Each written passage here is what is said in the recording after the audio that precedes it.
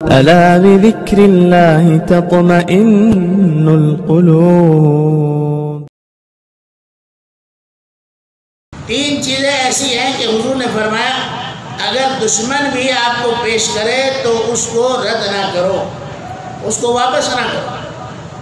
Number 1 خوشبو، یعنی عطر وغیرہ، اگر کوئی آپ کو دے رہا ہے چاہے آپ کو ضرورت ہے یا نہیں لیکن اس کے لے لو اور شکریہ ادا کرو۔ اور دوسری چیز ہے تکیہ، جو سر کے نیچے لگاتے ہیں یا کمر کو لگاتے ہیں، تو اس کو بھی واپس نہ کرو چاہے ضرورت ہے یا نہیں ہے۔